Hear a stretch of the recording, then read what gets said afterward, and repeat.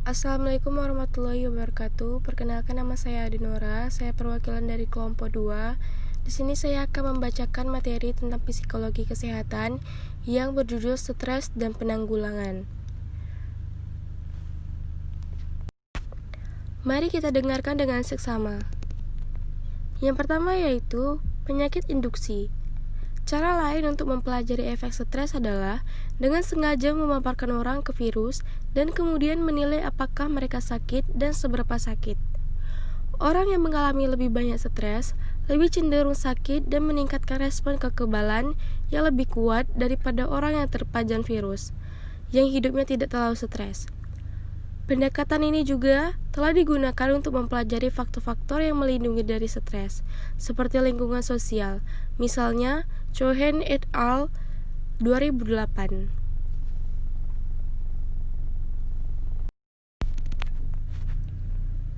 B. Peristiwa kehidupan yang stres. Garis lain dari penelitian stres menilai peristiwa kehidupan yang menegangkan.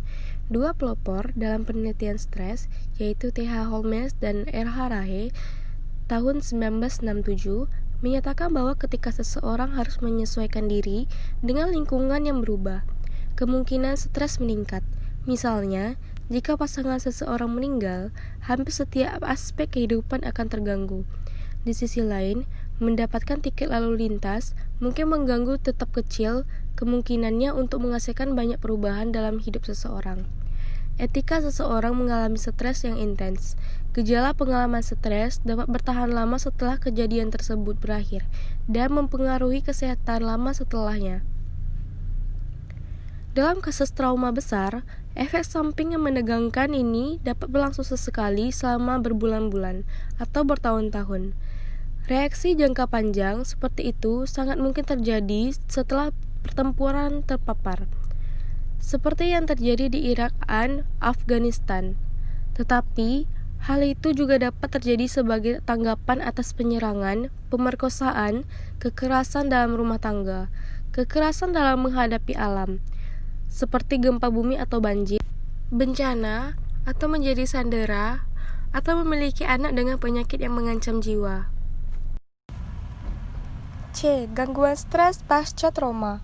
Gangguan stres pasca trauma atau disebut PTSD bisa jadi hasilnya.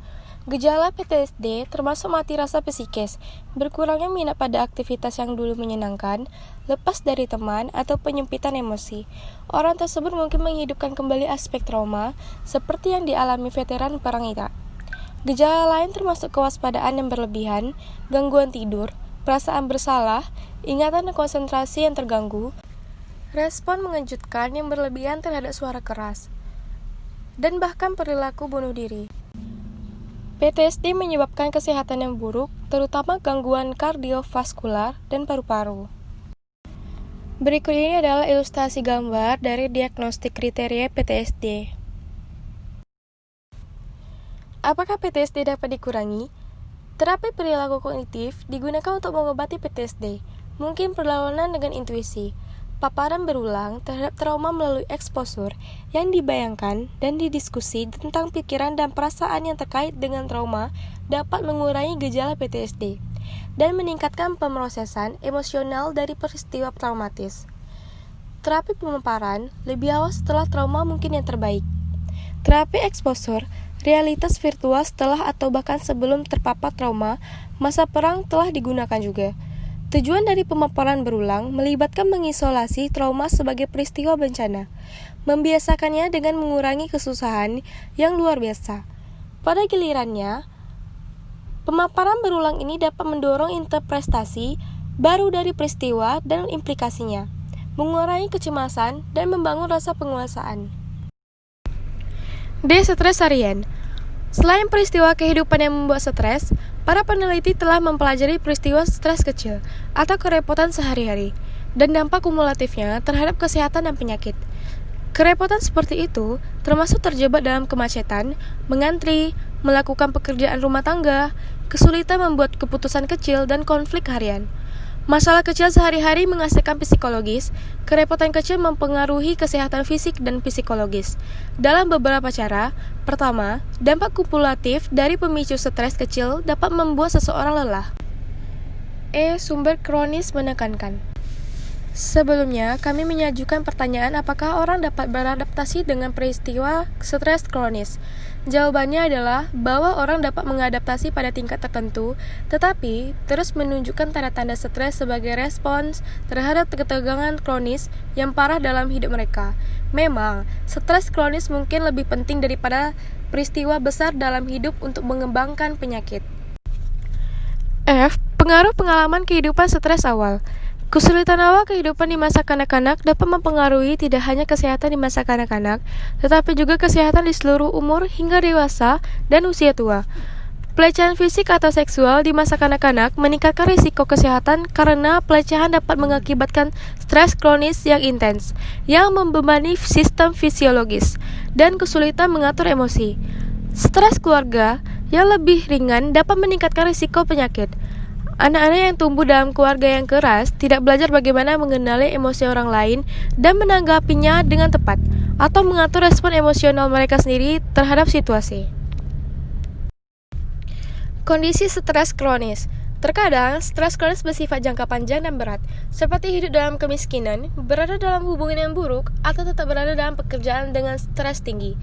Stres kronis juga merupakan kontributor penting untuk tekanan psikologis dan penyakit fisik. Penelitian yang mengaitkan stres kronis dengan hasil kesehatan sulit dilakukan, karena sulit untuk menunjukkan bahwa penyebab stres kronis tertentu adalah faktor penyebab penyakit. Penelitian yang menunjukkan perbedaan kelas sosial dalam kematian dari semua penyebab, termasuk kanker dan penyakit kardiovaskular, juga membuktikan hubungan antara stres kronis dan kesehatan. Kemiskinan, paparan kejahatan, dan stres lingkungan, dan stres kronis lainnya bervariasi dengan SIS dan semuanya terkait dengan hasil kesehatan yang buruk. Kelebihan beban. Beban kerja yang berlebihan merupakan faktor utama yang menghasilkan tingkat stres kerja yang tinggi. Pekerja yang diharuskan bekerja terlalu lama dan terlalu keras pada terlalu banyak tugas merasa lebih stres, memiliki kebiasaan kesehatan yang lebih buruk, dan memiliki lebih banyak risiko kesehatan daripada pekerja yang tidak menerima kelebihan beban. Neurotoksin kronis dan aktivasi kardiovaskular terkait dengan komitmen berlebihan dapat kontribusi terhadap penyakit kardiovaskular. Stres di tempat kerja. Stres di tempat kerja diperkirakan menelan biaya $300 miliar setahun. Studi stres di tempat kerja penting karena beberapa alasan tambahan. Penjelasannya yaitu, yang pertama, mereka membantu mengidentifikasi beberapa penyebab stres yang paling umum adalah kehidupan sehari-hari. Yang kedua, mereka memberikan bukti untuk hubungan antara stres dan penyakit. Yang ketiga, stres kerja mungkin menjadi salah satu penyebab stres yang dapat dicegah sehingga memberikan kemungkinan untuk intervensi. Yang keempat, gangguan kesehatan fisik dan mental yang terkait dengan stres menyebabkan meningkatnya persentase pembayaran cacat dan jaminan sosial pada pekerja. Hubungan sosial tidak hanya memerangi stres dengan hak mereka sendiri, tetapi juga melindungi pemicu stres kerja lainnya, seperti kendali rendah atas pekerjaan seseorang. J. Kontrol. Kurangnya kendali atas kehidupan kerja seseorang merupakan pemicu stres utama. Ini memprediksi ketidakpuasan di tempat kerja dan ketidakhadiran serta gairah fisiologis yang memprediksi penyakit. Kurangnya kendali di tempat kerja telah dikaitkan dengan risiko penyakit arteri koroner yang lebih besar. Dan untuk semua penyebab kematian, kontrol pekerjaan sebaliknya dapat meningkatkan kesehatan. K. Hubungan sosial. Ketidakmampuan untuk mengembangkan hubungan sosial yang memuaskan di tempat kerja telah dikaitkan dengan stres kerja, tekanan psikologis di tempat kerja, dan kesehatan fisik dan mental yang buruk. Pengangguran. Pengangguran adalah penyebab stres utama dalam hidup. Ini meningkatkan tekanan psikologis, gejala fisik, penyakit fisik, penyalahgunaan alkohol, kesulitan mencapai gairah seksual, berat badan lahir rendah pada keturunan, inflamasi yang meningkat, dan gangguan fungsi kekebalan. Berikut ini adalah beberapa solusi untuk stres di tempat kerja. Yang pertama, menggabungkan pekerjaan dan peran keluarga. Yang kedua, wanita dan berbagai peran. Yang ketiga, efek perlindungan dari berbagai peran. Yang keempat, pria dan berbagai peran. Sekian dari penjelasan saya dan semoga ilmunya bermanfaat. Apabila saya ada kesalahan kata atau kesilapan kata, mohon dimaafkan. Saya tutup dengan wabillahi taufik wa hidayah. Wassalamualaikum warahmatullahi wabarakatuh.